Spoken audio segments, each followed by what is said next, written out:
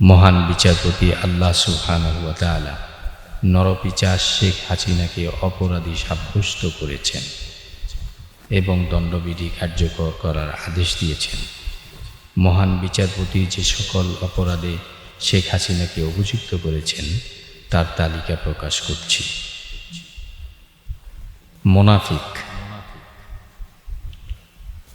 মহান বিচারপতি মুনাফিকের শাস্তির ব্যাপারে বলেন, মুনাফিকদেরকে ছাঁটাই করতে হবে। তাই আওয়ামী লীগ নামের এই দলটিকে দেশ এবং জাতির সুরক্ষার জন্য এই মুনাফিকদেরকে নিশ্চিহ্ন করতে হবে। তাদের এই দলটিকে, তাদের এই দলের নিবন্ধনকে বাতিল করতে হবে। 2, শেখ হাসিনাকে মহান বিচারপতি চোর সাব্যস্ত করেছেন, কারণ সে দেশ ও জনপদের সম্পদ চুরি করেছে। চোরের শাস্তি হিসেবে মহান বিচারপতি বলেন, চোরের শাস্তি হাত কেটে দাও। সুতরাং এই নরপিশাচ শেখ হাসিনার হাত কাটা আমাদের জন্য অপরিহার্য কর্তব্য। 3, মহান বিচারপতি শেখ হাসিনাকে খুনি সাব্যস্ত করেছেন। সে অন্যায়ভাবে এদেশে ছাত্র জনতা, নিরীহ মানুষকে হত্যা করেছে। তাই তাকে কিসাসের অন্তর্ভুক্ত করে এই 24-এর গণ অভ্যুত্থানে যতজন ছাত্র শহীদ হয়েছেন আর যতগুলি বুলেট তাদের শরীরে লেগেছে, শেখ হাসিনাকে খোলা ময়দানে রেখে ততগুলো বুলেট দিয়ে তার বুকটাকে ঝাঁচড়া করে দিতে হবে। এটা মহান বিচারপতির পক্ষ থেকে খুনি হাসিনার উপরে দণ্ডবিধি। জালিম। সে দুর্বলদের উপরে অত্যাচার করেছে।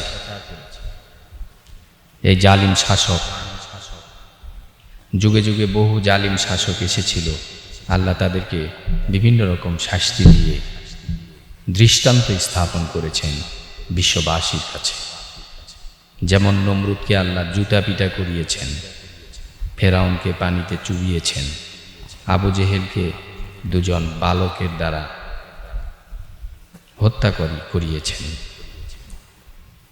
ঠিক এই জালিম শেখ হাসিনাকে জাতির কাছে এমন দৃষ্টান্তমূলক শাস্তি তুলে ধরতে হবে যেন পরবর্তীতে কেউ জুলুম করার সাহস না পায়।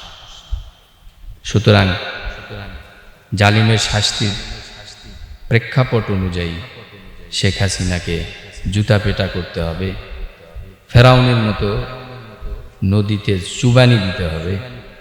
বিশেষ করে পদ্মা নদীতে আমাদের প্রধান উপদেষ্টা ডক্টর মোহাম্মদ ইউনূস স্যারকে 2 বার চুবানি দিতে চাইছিল, সুতরাং তাকে 4 বার চুবানি দেওয়া দরকার। এবং সর্বশেষ আবু জেহেলের মতো আচরণ করার কারণে তাকে মৃত্যুদণ্ড দিতে হবে। পাশাপাশি মহান বিচারপতি শেখ হাসিনাকে মুশরিক সাব্যস্ত করেছেন, যেটা মহান বিচারপতির কাছে অত্যন্ত জঘন্যতম অপরাধ। তাই মহান বিচারপতি মুশরিকদের ব্যাপারে বলেন, যে আমার সাথে, আমার জাতের সাথে, আমার সিফাতের সাথে, গুণের সাথে অংশীদার সাব্যস্ত করল, তার সকল ভালো কাজগুলো আমি নস্যাৎ করে দেব, নষ্ট করে দেব। সুতরাং তার যদি কোনো ভালো কাজ, এই মুশরিক শেখ হাসিনার যদি কোনো ভালো কাজ এদেশে থেকে থাকে, সেগুলোকে নিশ্চিহ্ন করে দেওয়া, অর্থাৎ তার নাম নিশানা কিছুই যেন এদেশে না থাকে। পদ্মা সেতু থেকে শুরু করে যত কিছুতে তার নাম, তার বাবার নাম, তার বংশের নাম জড়িয়ে আছে, এগুলো নামকরণকে অনতিবিলম্বে, এই নামগুলোকে অনতিবিলম্বে মুছে ফেলে দেশের, জনপদের এবং ছাত্র জনতায় এই সংগ্রামে যারা শহীদ হলেন তাদের নামগুলোকে আনা আমি অপরিহার্য মনে করতেছি। মহান বিচারপতির এই দণ্ডবিধিকে যে লঙ্ঘন করে শাস্তির আওতায় শেখ হাসিনাকে না আনলে কিয়ামতের ময়দানে মহান বিচারপতি তাকে শাস্তি প্রদান করবেন। আল্লাহ সুবহানাহু ওয়া তাআলা আমাদের মহান বিচারপতি আহকামুল হাকিমিন আমাদেরকে সঠিক জ্ঞান এবং বুঝ দান করুন। আমিন।